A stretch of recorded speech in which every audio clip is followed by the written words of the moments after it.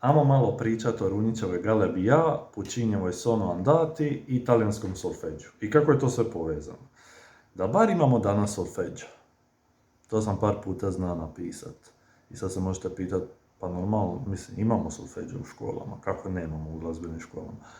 Pa i imamo i nemamo. Naime, taj solfeđo i stari solfeđo talijanski imaju samo ime zajedničko, ostalo je manje više sve različito, osim onog početničkog dijela na kojem učimo note, ritam i te stvari. Dakle, to je manje više uvijek slično, sad naravno ovisi uvijek o kreativnosti profesora, možda čak u tom aspektu danas neki profesori bolje uče djecu nego prije, sa zabavnim metodama, ali u svakom slučaju solfeđo je prije nešto bio puno drugačije.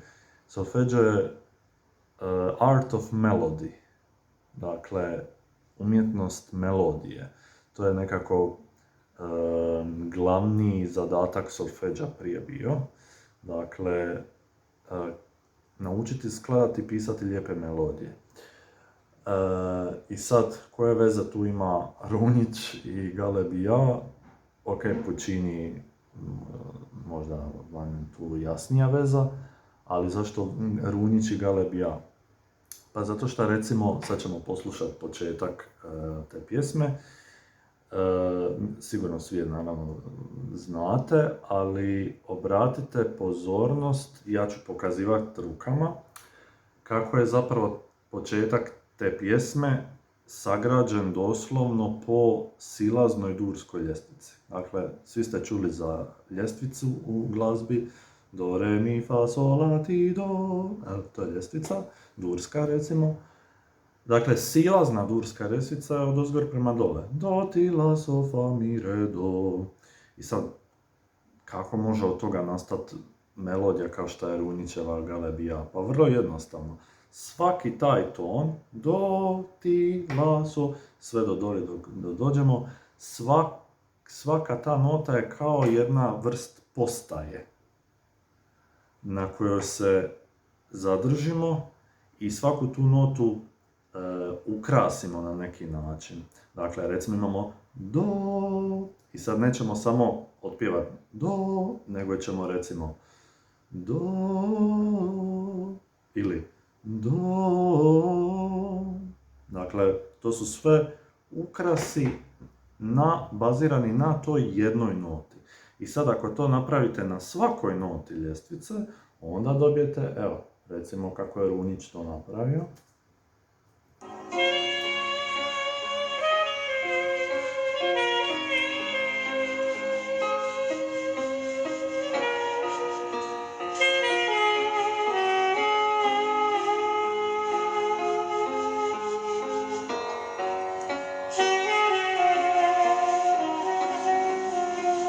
I sad imamo predzadnju notu na kojoj se najdulje zadržao. Još je na njoj i još je na njoj.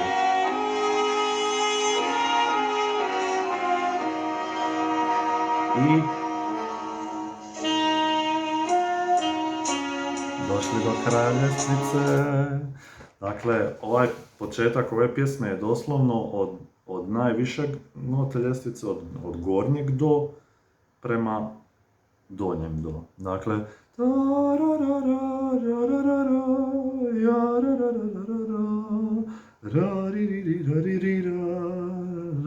i sad se na toj predzadnjoj noti najviše zadržao i onda je došao do zadnje note. Dakle, to je princip po kojem su stari skladatelji na solfeđu,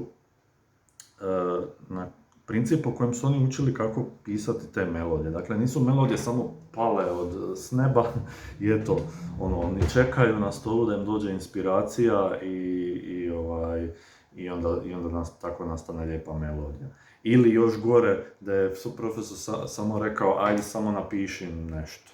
Eto, kako god ti hoćeš. Ne, oni su imali točno praktične određene zadatke i metode uz pomoć kojih su dolazili do lijepih rezultata. A sad ćemo usporediti i čuti Puccinijevu ariju Sono Andati iz opere La Bohème, koja je po istom principu, samo je u molu. Jel? Ali je isto silazna ljestvica, idemo od gornjeg do prema donjem do.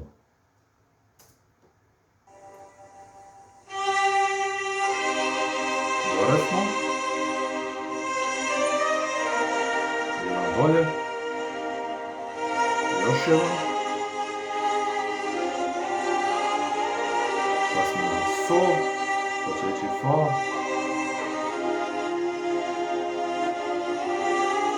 Mi. Re. I do.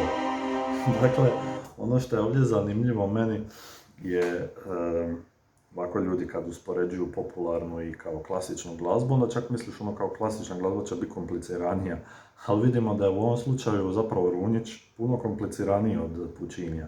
Puccini je to toliko jednostavno napravio, doslovno samo svaku nota ima jednako, i u Runjića ima jednako, ali u Runjića imamo tu predzadnju notu, taj re, koji je produljen i imamo onaj lijepi moment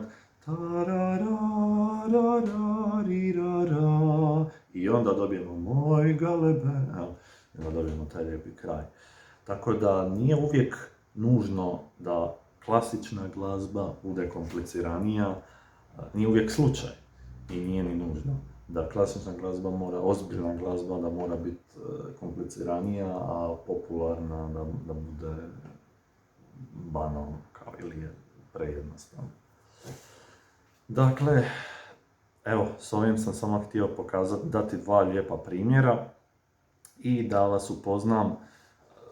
Naravno, ovo je samo jedan kratki i mali aspekt šta je to solfeggio, ali eto, čisto da vas malo uvedem u taj stari svijet solfeggia, u svijet tog tako jednog predivnog,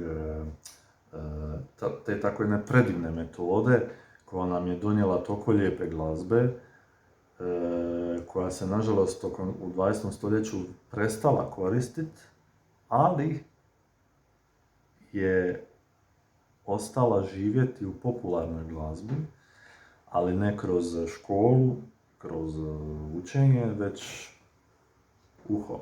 Jednostavno, jer te neke stvari i da ne znaš da nisi bio na solfeggiju talijanskom, da nisi nikad prošao kroz taj sistem, ako slušaš puno glazbe i ako želiš pisati u tom nekom određenom stilu, jednostavno ćeš pokupiti sve te cake i sve te motive i počet ćeš pisati tako. Tako da sam siguran da je Runjić se naslušao glazbe koju je on volio i onda odredio točno kako će on glazbu pisati i to mu je bilo u uhu. Jednostavno nije mu trebalo reći, nije mu trebalo objasniti talijanski solfeggio.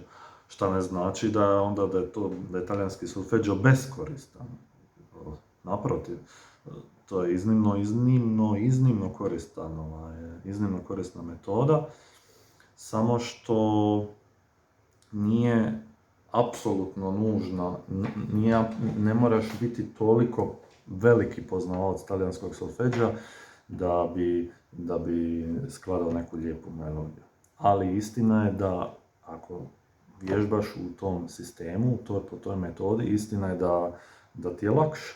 Ja? Kao što je meni to puno olakšalo, iako se i ne bavim još dugo tim solfeggiom, ali mi je toliko olakšalo recimo prilikom skladanja glazbe za operu Velika tvornica riječi, da je to čudo. Jednostavno, mozak zna kako će, šta će i onda to ide vrlo, vrlo brzo. Ne treba čekati inspiraciju, no? Nego jednostavno znaš metode i tako radiš. Eto ga, nadam se da ste uživali, pa nekom drugom prilikom ću o nečem drugom pričati. Vidimo se!